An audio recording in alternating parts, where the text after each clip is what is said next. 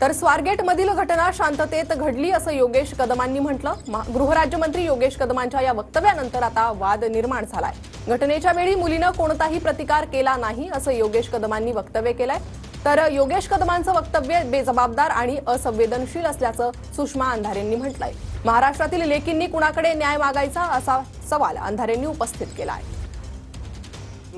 विचाराचा एक पुरुष तिथे महिलेला काही गोड बोलतो, काय त्याला ब्रेन वॉशिंग करतो एक दीड 2 3 4 मिनिटांमध्ये, आणि मग जी काही घटना घडलेली आहे आपल्या समोर त्याची माहिती आहे।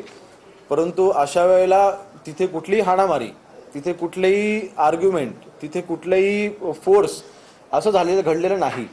जे काही घडले ते अतिशय शांततेने घडून ते झालेलं आहे, आणि त्यामुळे कोणाला आजूबाजूच्या लेमॅन जे देखील आजूबाजूला उभे होते त्यांनाही ते कळलं नाही। त्यामुळे ब्लेम गेम करण्यापेक्षा ह्या घटनेच्या खोलामध्ये पोहोचून जेव्हा आरोपी आपल्या ताब्यामध्ये येईल त्याला आपल्याला तिथे माहिती मिळेल। एका सरकार दरबारच्या मंत्रीपदावरची व्यक्ती इतकी बेजबाबदार आणि इतक्या असंवेदनशील पद्धतीने जर व्यक्त होत असेल, तर महाराष्ट्रातल्या या सगळ्या लेकीबाळी जर कधी अन्याय अत्याचार झाला तर कशाला न्याय मागायला जातील?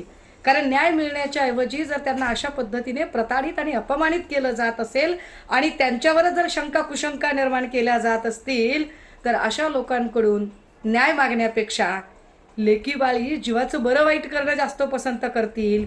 Yogesh Kadamji, get well soon.